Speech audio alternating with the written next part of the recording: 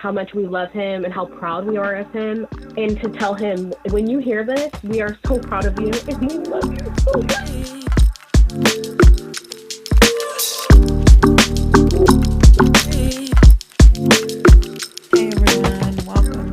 Episode of More Than an Inmate's Girlfriend. Before we get into the actual episode, I want to do a little bit of prelude. We've never done this before, but there's a few updates that I want to give you before we start this very, very, very important episode. First things first, the podcast has seen a lot of attention since we started a couple months ago. So AJ, who was the guest on our last episode and was my original co-host, has decided to come back on and help out and do a lot of the behind the scenes stuff. If you guys have reached out in the last couple weeks, you may or may not have spoken to AJ. You will see a lot more of her and hear a lot more of her. So I really wanted to give a shout out to her on this episode and let everyone know about AJ and about her regular occurrence more and more with the show.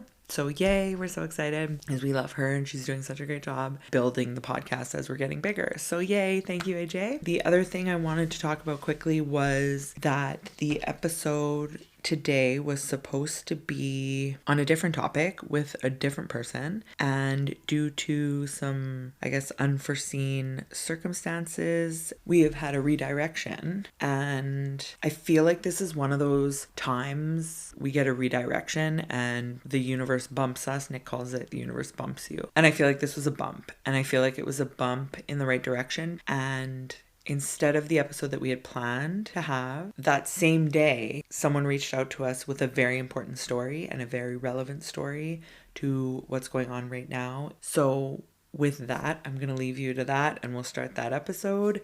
One more thing before we go. Everyone's been asking me about an update on me and Nick. There isn't much of an update. At this point, I can tell you that apparently he's lost visits with me. So I've now lost video visits with him for a couple weeks now. I haven't seen him and they haven't told him why or for how long. And they've stated that if I were to come to the January visit, we would be able to get married, but I would have to leave right after and his father could stay for the visit. So I'm not allowed to visit him, but they will let the marriage go. We aren't going to do that this month, and I'm not quite sure why they're making that decision, but I'm just going to keep faith. I'm going to keep doing what I'm doing and we're going to keep this going. If this has anything to do with it, so be it. I'm more certain now than ever that this podcast is incredibly important.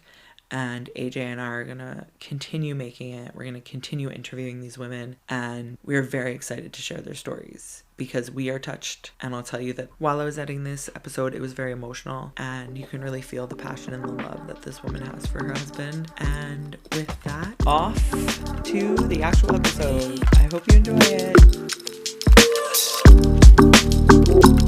Welcome to More Than an Inmate's Girlfriend. Thank you for coming and listening to our newest episode. Before we talk to our next guest, I just want to say thank you to everyone who's been listening, who's been following us on TikTok, following us on Instagram. The community is growing exponentially every day, and we really appreciate it. The best way to be able to share our loved ones and share the positives of relationships with incarcerated individuals is to share this podcast and communicate to your loved ones what this is about. So please continue to do that, to share, to like, so that we can continue growing and continue sharing. This episode is a very important episode. AJ and I are excited to speak to this present wife, and we feel that it's a very important conversation given what's going on right now in California. Her loved one is currently fighting fires in California, and she has graciously accepted to come on today to speak to us about her experiences and his experiences, and for us to learn about what's actually going on. Incarcerated men and women that are fighting fires in California right now, what's actually going on behind the scenes, what it's actually like. So I will stop at that and I will introduce you to Dusty Rose. Welcome, Dusty Rose. We're very happy to have you today. Hi, I'm so happy to be here. I'm so excited. Yes, thank you. Thank you. So let's get into it first. Let's learn a little bit about you and your partners. How did you guys meet? We met at work 12 years ago. We worked together at a place called Jackson Box. You've probably heard of their taco. Yes, I think I've eaten there before. Oh yeah, probably. Mm-hmm. And yeah, I was the shift manager and he was the new hire and actually not really wanting to work there. He was just trying to fill some time. We became really good friends, and then within a few months we started dating, and it's been 12 years and 5 kids later and 1 step. So wow. It's been a long ride. Yes, that sounds like a very long ride. 5 kids over 12 years. So your partner is currently incarcerated. How long has he been incarcerated for? Since October of 2023, this term. He's previously also been incarcerated and also done the fire program in 2018. Oh, wow. So this is not his first time fighting fires in California? No, this is not his first time. This is not our first rodeo. Wow. So in 2018, you guys were together and you went through this whole process. So this is the second round. Yes, this is our second round, but this fire, the Palisades fire, the Eaton fire in California, is by far the biggest fire that he has ever been to. Wow. So before we get into what he's currently experiencing, why did he want to go into the fire program? Was it something that you guys talked about before he did it the first time? Originally, he wanted to go into it for the time cut because they get every 90 days in the program, you get 2 weeks off. Okay. And that was the original lore of it. He was like, I'm going to go and I'm going to do this because I'm going to get some time off. I'll be able to come back home. At that point, we had his son and our 3 daughters. So we had 4. Right. And they were all really little. They were 9 and under. So that was the original reason. But this second go around, we now have 17, 11, 9, 7, 3, and a little baby. And this time he went back into doing it simply because he loved it so much last time. It was a good program. It was good for him physically, mentally. He knew right away. As soon as he went back to prison, he was asking them, like, when can I go back to fire camp? What camp can I go to? Can I do it again? And the answer was, yes, you're going. Absolutely. Let's get you there. Wow. And the first time he did it, did he talk to you about it? Were you worried? The first time he did it, we talked about it because there were other options. Here in California, you can get a job in the prison as like a janitor. You can go to school. He was 30 years old. He was like, what should I do? I could go to school and get out and do something with it. We talked a lot of back and forth, but once he made up his mind that he wanted to do it, we didn't know anything about it other than he was just going to go to fire camp and he was going to go fight fires with the firemen. We didn't really have the idea and knowledge, and I didn't have any kind of community or anybody to ask. So we went in blindly, and I got a reality check because they moved him 8 hours away from me, and you hardly talk to them when they're in fire camp, and we didn't know that. Wow. So then this time you knew it, what you were going into a little bit more. This time we knew what we were getting into, and this time, to be really, truly honest, I was like, oh, you know, you're older now. Don't you think you want to try some kind of program that they have at prison? Are you sure you want to do this? This time we have a newborn baby. He's 11 months now, but he was newborn whenever he was deciding to go back to the program. I'm like, are you sure? You could go anywhere all over California. And he's like, I'm going to do it. I want to do it. He wanted to be a firefighter when he got out these past couple of years that he was out. So I supported him quietly because I was like, oh, please don't do it. Right. Sometimes you have to make decisions and just let them do their passion, even though you think it's a horrible idea or it affects you deeply, but we have no choice, right? Yeah. When it came down to it, it was what's best for me or what's best for him. And I can do this. I can be here with my kids. I can take care of them. And this is what's best for him. It's better for him to be in fire camp, helping with the California wildfires. It's better for his mental health, his physical health. The prisons here are unsanitary. They are so violent. And all you're going to learn is to be a better criminal. Right. Fire camp, you're going there to be a better person because it's hard work. Out of curiosity, how much time did he get to shave off his sentence by doing the fire camp the first time? Actually, the first time he got something called the COVID kit because COVID happened and they let out a mass amount of people that were nonviolent because they were nonviolent. We have no idea what his actual time shaven off of from fire camp would have been because he was in from 2018 to 2020 and he had much more to go. Right. And because COVID happened, they let him go, which I thank God every day because within the time that he had out, we had such a beautiful life. We made so many more memories with our kids. We had 2 more babies. He had a son when we got together and we had 3 daughters, and then now we have 2 more sons. So even though it wasn't a lot before he went back to prison, because of COVID, I got more time with him. And I'm kind of sad to say because I definitely am not thankful for COVID, but I'm thankful that they let them out because a lot of people got time with their loved ones, and I'm one of them. Yeah, that sounds like such a blessing in disguise. And I find like COVID, there is so much bad about COVID, granted, but it really did bring a lot of families kind of closer together because they had to spend time together, or it broke them apart completely. So it's really nice to hear that you were one of the families.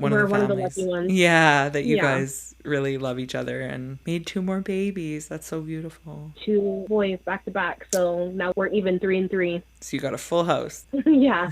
So to be a firefighter, does he have to be at a specific facility? Does he have to be at a specific level? To apply for the fire camp program, you can be in any California prison, but you need to be in one of the lower levels.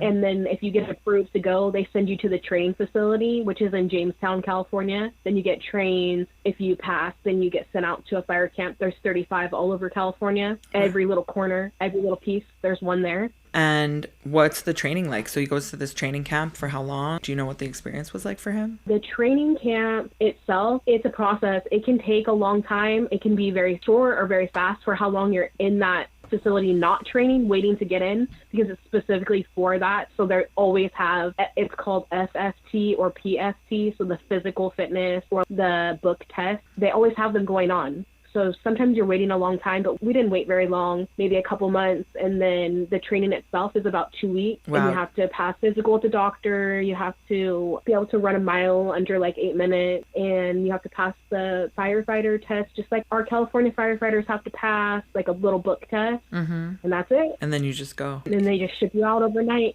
So there's some kind of wait list to get on. Is it a popular thing that incarcerated men and women want to do? I wouldn't say there's so much of a wait list to get on, just that the classes are small because they have to make sure that you're physically and mentally able to be able to do this. So the classes are not very big. The prison is big because it's a California prison. There's a lot of people there. And they don't all end up passing and they don't all end up going. So but there's cycles constantly going on. And is there a term? Is he going for a certain amount of time, or is it just indefinitely while there's fires he's going to be up there? There's not a term of how long you can be in fire camp, but your sentence itself, you have to have 8 years or less left. Oh, okay. That's interesting. So if you were sentenced to 20 and now you're down to 8 and you're on a lower level, you can apply to fire camp and try to get in and go, and you can knock some time off, more time once you get in. And what's it like communication-wise when he is doing all this stuff? Do you get to talk to him a lot? What's that like? Communication at fire camp is really limited because they work all day, 8 to 5, doing community projects, cleanup, anything that's local to wherever their camp is. And they sign up for calls at fire camp, and the time slots are just like 15 minutes. So you'll be lucky if you get a call a day. And then when they're on active fires, no matter if it's a huge fire like the fires that we have going on right now or a small fire, if they leave to go to that fire, there's no communication at all. They can't tell you that they're going. Usually they don't know how long they're going to be gone, and there's no kind of communication while they're gone. Oh my gosh. So sometimes if you don't hear from him, you're just assuming that he's out there fighting fires. If I don't hear from him, then I 99.9% know he's out of town fighting a fire, but I just don't know how long it's going to be. So then I turn my FBI hat on and I start Googling and looking around the news and social media trying to figure out where do these guys go, because I want to have an idea of how long it's going to be. And do you end up figuring it out? Does it work, your FBI? I would like to say that I'm pretty good. Oh, really? Yeah, I'm pretty good. It's been over 2 weeks since I've talked to him, and I know that he's doing good, and I know that I can't wait to talk to him. I can't wait to hear about it, because as much as this is a tragedy, I just know that these guys are so proud of themselves, and they've been kicking butt. Did I just hear you correctly that you haven't heard from him in 2 weeks? Yeah, over 2 weeks since the Palisades fire started. Wow. And how long is he out there for? Do you know how long are his days? Right now, they're doing 24 on and 24 off, but even on their off days or any kind of break, they're doing something. They're just not at the fire line. They have no way to call us, no way to communicate. And if anything were to happen, they couldn't call and tell us anyway. How do you deal with that? Not well at all. It's a mental game of constantly saying, I know he's good, and just believing it and hoping for it. And then the relief that washes over you when you finally get a call. Or for myself, I got a little small clip of him getting fed on his off time, and the immediate just like tears, because I know he's good. Where did you see it? In media? I saw it on Instagram. A lot of really amazing advocacy groups that are out there dropping off donations and feeding them and making sure that they are just getting so well taken care of, the firefighters and the incarcerated firefighters. And I seen him in a video where they were lining up to make their plates and then I seen him at a table sitting, and I know it's him. You think that girls are crazy? Girl, I'm crazy. I know it's him. But also I have little girls that are like, that's my daddy, that's him, that's him. Aww. We knew it when we seen it. It must be a wave of relief. I have been so high-strung watching the winds and watching the fires, and I'm on a Facebook group that is specifically for the incarcerated firefighters' loved ones, and we're all going back and forth like, have you seen this camp? Have you seen this camp? Anybody heard from their husband, their son, their brother? And it's a lot of stress, but I also see a lot of pictures of some of the camps, and we've been sharing them back and forth, but I'm waiting for mine, and I'm waiting, and I'm waiting. I'm like, why isn't anybody showing his camp? I want to know that they're being treated this good. But I keep telling myself, if your husband's getting it, if your son's getting it, if your brother's getting it, mine is. Yeah. He's good. I know he is. And finally, I got that little glimpse. Oh, that's awesome. It's so nice to hear, too, that you have this community that's kind of sharing information online. It is the most helpful thing. I imagine that the firefighting group would be pretty serious and pretty connected. Yeah. You have children to take care of, too, so you're pretty busy probably as a mom. I definitely have my time very fulfilled, and as much as I want to sit here and say that I'm waiting for him, because I'm also very busy while I wait, so it makes it easier. And there are babies. They're a piece of him. Every little piece of him. All of the best pieces of him. I was literally just thinking that. He's there fighting fires, knowing that you're at home taking care of his kids and making sure that they're getting everything they need. He's going and doing this stuff, bettering the community and bettering himself and being passionate about himself, knowing that everyone back home is being taken care of properly. Crazy, but it feels very normal. It feels like he's at work and I'm at home and I'm taking care of our kids, and he's doing something that he's so passionate about. Absolutely. It really feels like that even when you're talking about it. And is he hand in hand with firefighters? Yeah, they work side by side. Does he have a main role? They do certain things, and I'm not 100% certain, but I think that he's something called first saw. So they just saw like the trees. And where does he sleep at night? The fire camps are actual really nice cabins that are open dorms. Each one has their own bed. They're really nice. Generally, most of them are like that. Some of them probably do have bunks. When they're out on a fire, where they sleep varies. They can sleep on the ground. They can sleep in a tent. Right now, a lot of them have like little pop-up tents. So they're outside. They're outside. LA right now is freezing.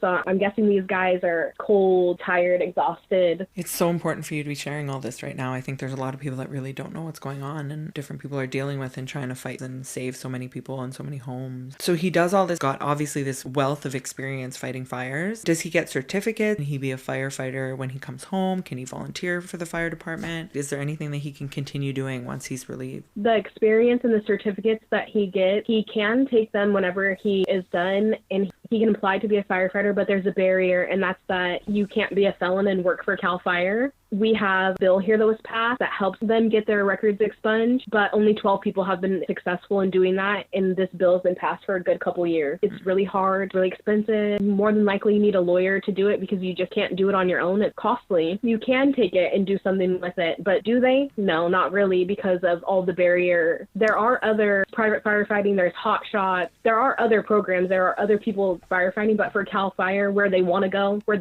they've been working side by side with these guys, we know personally it's not as easy as a lot of people like on social media swirling right now. Oh, the California incarcerated firefighters, they made it to where they can get hired. They're fine. It's fine. No, it's not. It's very hard. More likely than not, these guys are not going to be pursuing firefighting, even if they have a wild passion for it, because the barrier of getting your record expunged is so hard. If we had a direct path and we could skip over that and they automatically expunge their record, hell yeah, we wouldn't have a firefighter shortage.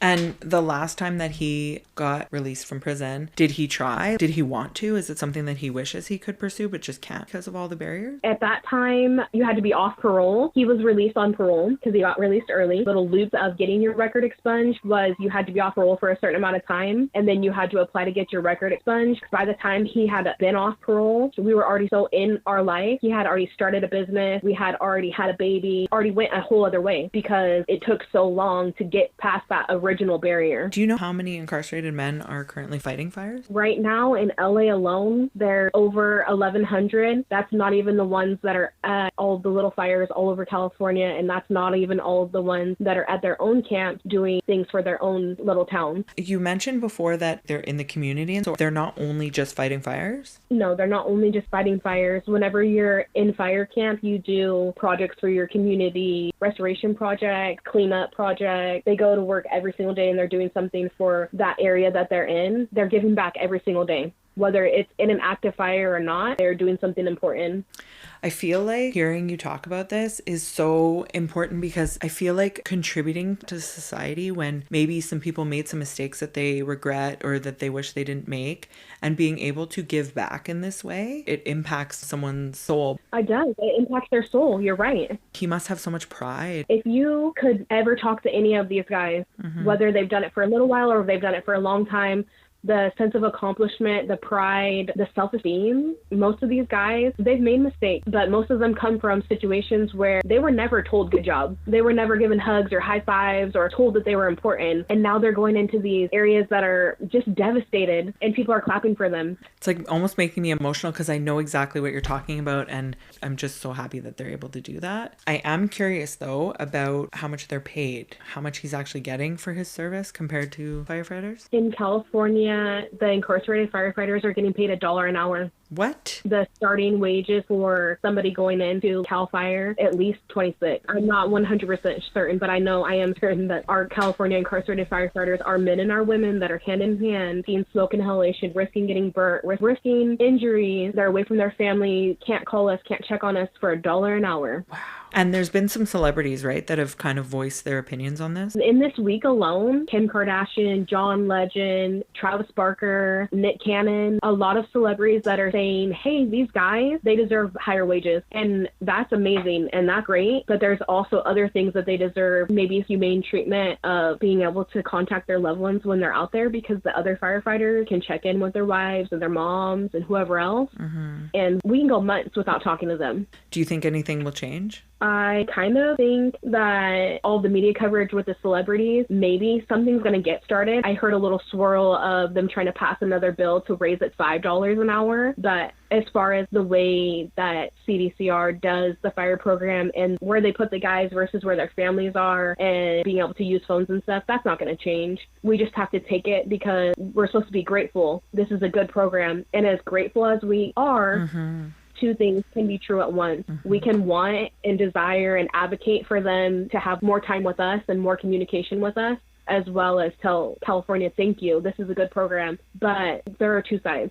I agree. There's so many advantages to it, but at the same time, you don't want to be taking advantage of humans, which $1 an hour. Yeah. There's 30% of the firefighters that are at the fire right now are incarcerated, getting paid $1 an hour. Imagine if all of those men were not there, and those women, there's camps of women too. Imagine if they were not there. This fire would go on and go on and go on and go on because they would be so much lacking in bodies there to help. Yeah. You don't have anybody there to help, so you're taking these guys that are incarcerated and giving them the opportunity, but taking such a cut from them that they're essentially free labor, really.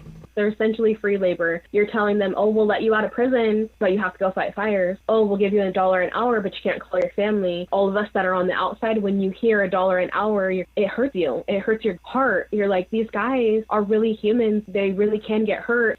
If my husband dies on a fire, what is going to happen? Are they going to call me? Or maybe they'll call me if they do their investigation. It's so scary. It's really scary. Come on. We can figure out a way to have some kind of check-in with them. Yeah, it's really not that hard in this day and age, right? It's not that hard. Yeah, especially because the regular firefighters are having contact with their loved ones. They get to check in with their family. I know they do. Yeah. And I feel for them, every single one of them. I feel for all. I can feel it and I can see it. Yeah. But I know that they're checking in too. I wonder why. What is your reasoning for not giving these men and women access to their families when if they were behind a prison cell, they would have access to them at any time? Personally, I think that they're trying to eliminate the temptation to walk away because you're really open and you're really free. And I get that. I really do. But there has to be a safe way around this. I don't care what address he's at. All I want to know is his physical well-being is met. And if I could talk to him, believe me, I am not asking him where he is. I'm telling him about our baby. I'm telling him I miss him. I'm telling him I can't wait to see him. And you can't write letters or send pictures? I actually sent a card. I wrote 2 letters and I sent a whole bunch of pictures very late, but he gives an update update and some pictures of what we did while he was gone, but nothing directly to where he's at and no contact to where he's at. It's been 2 weeks now. Wow. What's the longest you've gone? In 2019, he was at something called the complex fire, and we went for like 64 days. And this is really silly, but I'm a crier. So I had my niece, she's an adult, call and say like, hey, what's going on? Like, I haven't heard from my brother in so long and we're worried. And they basically laughed her off the phone. We're like, they're not going to be back anytime soon. And I was kind of put off by it. And then when they did come back and I called, I got all the glory, all the recognition, all the praise that my husband did so good and that his captain was so proud of him. And it felt good, but it didn't take away the fact that I just went over 2 months not knowing anything and being kind of hurt and scared. And social media in 2018, it's changing every year and it's blowing up more and more. But in 2018, I didn't know about any groups. I didn't know anybody that had been to fire camp or anybody that could tell me any kind of information about it. This was so new and so scary to us. When he wasn't calling, what do you think I thought? I would have thought he got injured. Like your mind, it goes, your mind, it just goes to all of the worst, darkest places. And you didn't have anywhere to go to find out? No. I had no resources and nowhere to go to ask, like, hey, is this normal? And calling the camp, they were just kind of like, hey, is this crazy lady calling us? Because we're not going to give her any information. But I also didn't know at that time that I was kind of asking a wild question, like, hey, what's going on? Where are they at? Right. And your kids are aware that he's fighting fires? Yes. My his son is 17 and our girls are 11, 9, 7. They know. They're older. They know he got in trouble. They know he went to prison. They know he's now in fire camp. They know he's trying to help all of these people. They know that so many people lost their homes or their school and that daddy is just working every day trying to save what's left or stop it from growing. Our little one, he's 3, and I tell him all the time, he doesn't understand. So he's constantly asking me, can we go see daddy? Because he's used to going and visiting. And I'm telling him, oh, we can't go. He said, oh, no, not today. Daddy's fighting fires. He's a fireman. And are they having to console them? Like, are they worried? I'm sure they have a sense of pride as well because their father's contributing in that way. I would definitely say with 3 little girls, it's a lot of emotions because they can watch the news. They hear it at school. We're in California where we know what's going on. I have had to tell one of them more than once. We can't do anything. All we can do is pray and hope, and the people that lost everything that they lost, think about them. We're not going to think about what he's doing. He's doing what's right. Wow. Such a nice way of thinking about it. So we talked a little bit about the support group that you're in. Can you share kind of if anybody is interested in joining them, if they're not aware that there's these support group that you have found very helpful? Yes. If you have a loved one in a California fire camp or in the firefighting training facility going to fire camp and you have questions and you want answers and you're looking for them, all you have to do is go on Facebook and search it, California Incarcerated Firefighters, loved ones, wives, girlfriends. We're all in there. Mothers, brothers, and anybody, and they're very open, and you wouldn't believe some of the questions. You'd probably think, oh, well, that's a strange question to ask, but there's no strange questions. There's no question too wild.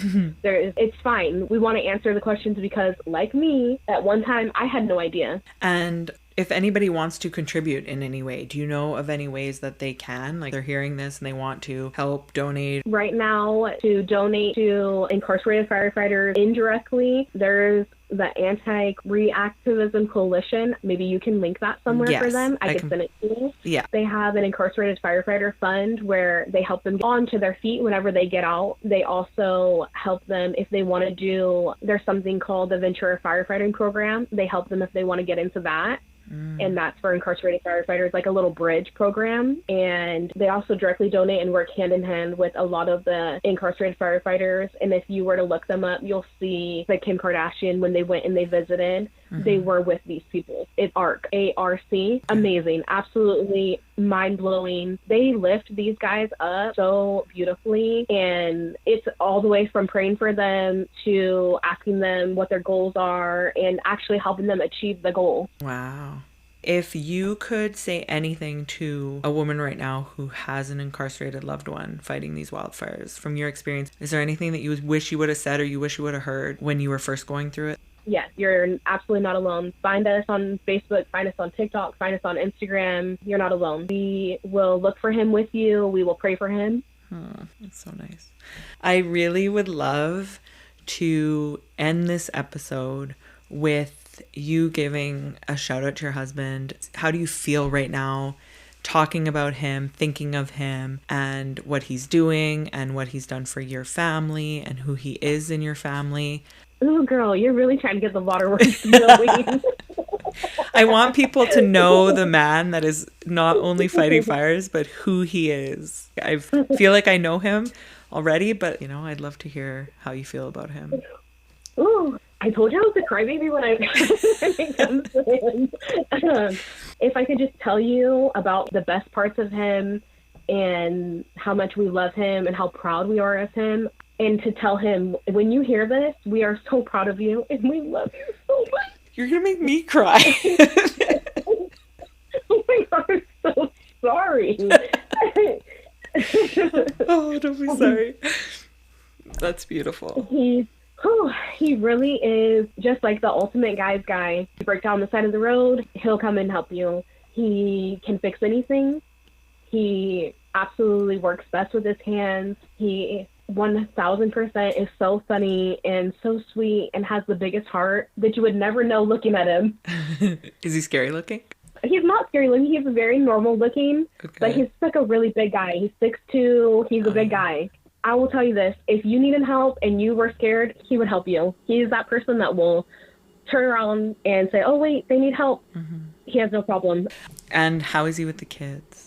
Oh, he's the best dad. He's a really great dad. All of our kids have their own individual type of relationship with him, but he finds a way to connect with each one of them. And I would never want to admit this to him, even though he knows. He's all of their favorite. Every single one. Every single one said dad first. Every single one loves and misses, and they respect him. They're proud of him. He has a good relationship despite any distance. He has a good relationship with all of them. And I do credit myself because it is me as an adult that bridges the gap between them. So I will give myself some credit. I'm just not as funny or cool as him. It's always the mom, right? The mom always gets like the short end of the stick.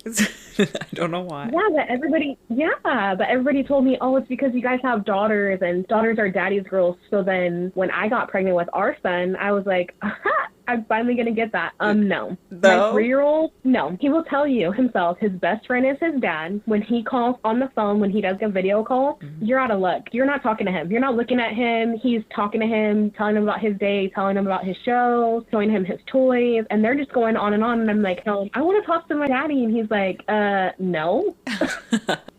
That's so nice to hear. I love it. I do. Because the biggest thing to me was I chose this life and I would choose it and I would choose it every day, but they didn't. So seeing them be happy and seeing them connect with him and hearing them miss him, oh my gosh, it could just wreck me. Thank you so much for sharing all that. That was really special. And I think a lot of people can relate, but at the same time, a lot of people are probably surprised to hear just how wonderful of a human he is, despite the mistakes that he may have made in the past. Yeah, I tell him all the time, you are not your greatest mistake, and every day, this is our chance. We can start over right now, and we have, and we're on a good track. He's doing well. He's working hard at fire camp mentally and physically, and I'm working on myself, keeping our babies healthy and safe, keeping their connection with him.